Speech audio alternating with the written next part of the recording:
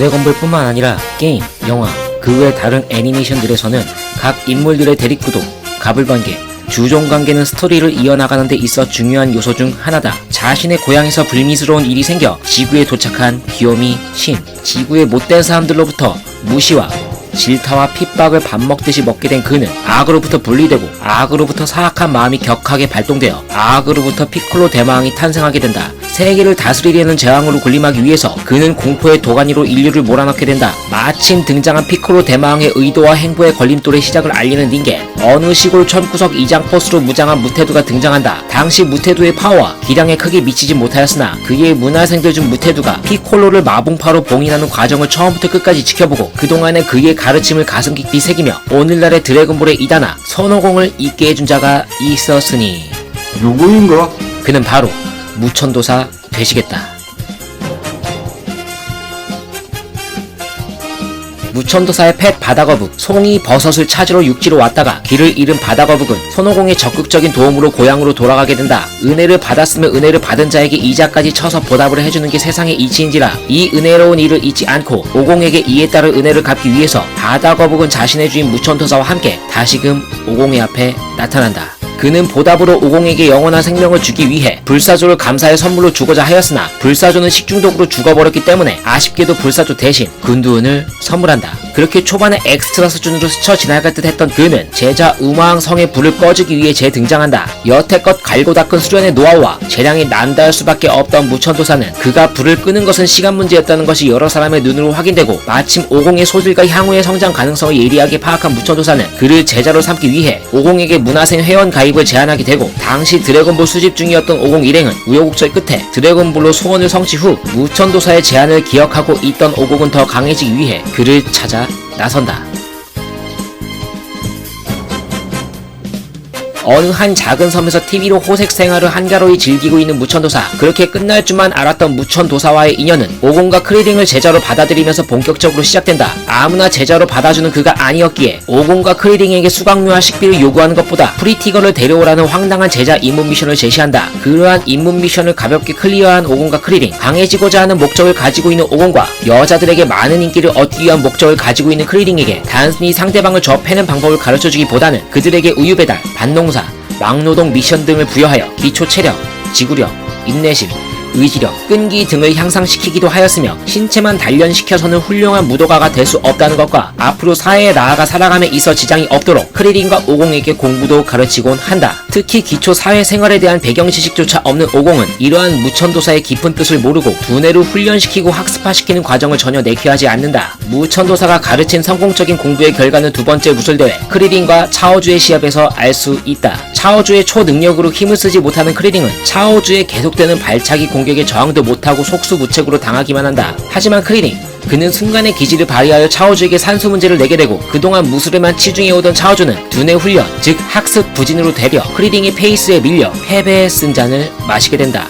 무엇보다도 무천도사는 무술을 삶에 직접적으로 연관시켜 무술을 배움으로써 인생에서 얻을 수 있는 긍정적인 측면, 즉 무술이란 이기기 위해서 하는 것이 아니다라는 마음가짐과 자세에 대해서도 가르친다. 반복되는 무천도사의 수행 과정을 통해 크리링은 자기 자신이 정말 이러한 과정들이 수련에 도움이 될까라는 의심도 하곤 하지만 시간이 흘러 본인이 이렇게나 크게 발전했다라는 것에 감탄을 하게 되고 마침내 오공과 천하제일 무술대회에 출전하게 된다. 하지만 무천도사의 가르침이 여기서 끝나지 않는다. 그도 제키춘으로 변장 후 대회에 출전하여 야모치 크리링과의 대결에서 가볍게 승리를 거머쥐고 오공과의 결투에서 고비의 고비를 넘겨가며 겨우 승리를 가져가게 된다. 그가 출전한 이유는 무엇보다도 급성장하게 된 오공과 크리링에게 본인들이 세상에서 제일 강하다라는 헛된 자만심을 가질지도 모른다는 생각에 제자들이 깨달음을 얻도록 하기 위해서 몸소 출전하게 된 것이다. 두 번째 무술 대회에 출전한 무천도사, 그리고 그의 라이벌 학도사는 초반 언급했던 차오즈, 그리고 천진반을 데리고 무천도사 제자들과 우열을 가리기 위해 진정한 무술의 의미를 많은 사람들에게 보여주고자 무술 대회에